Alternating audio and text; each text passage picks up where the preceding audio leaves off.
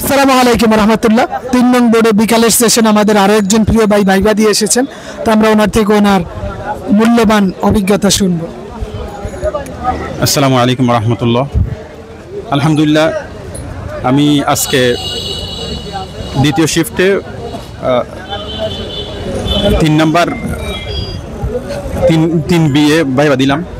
আলহামদুলিল্লাহ, আমার ভাইবা খুব ভালো হয়েছে। আমাকে যে প্রশ্নগুলো জিজ্ঞেস করেছেন, প্রথমটা হচ্ছে যে সূরাতু আল ইমরানের অনুসারে আয়াত কত প্রকার। আমি বললাম 2 প্রকার, আয়াত মুহকামাত, আয়াত মুতাশাবিহাত। এবং তারপরে স্যার প্রশ্ন দেখে জিজ্ঞেস করলেন লা তুশরিক বিল্লাহ, এর তাহকিক করতে বললেন, আমি বললাম। তারপরে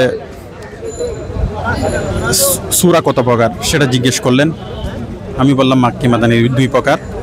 এরপর আবার জিজ্ঞেস করলেন মাদানী সূরা কয়টি এবং মাদানী সূরার বৈশিষ্ট্যগুলো কী। আলহামদুলিল্লাহ বললাম।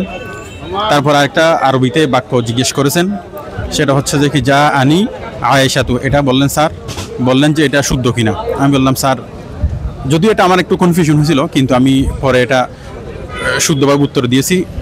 বলছি স্যার এটা শুদ্ধ নয়, এটা হবে যা আতনি আয়েশাতু, যেহেতু আয়েশা মুআন্নাস। ধন্যবাদ।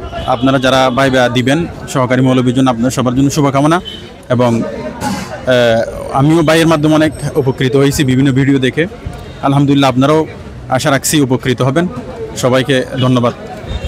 ধন্যবাদ ভাইকে ওনার গুরুত্বপূর্ণ মতামত প্রদান করার জন্য।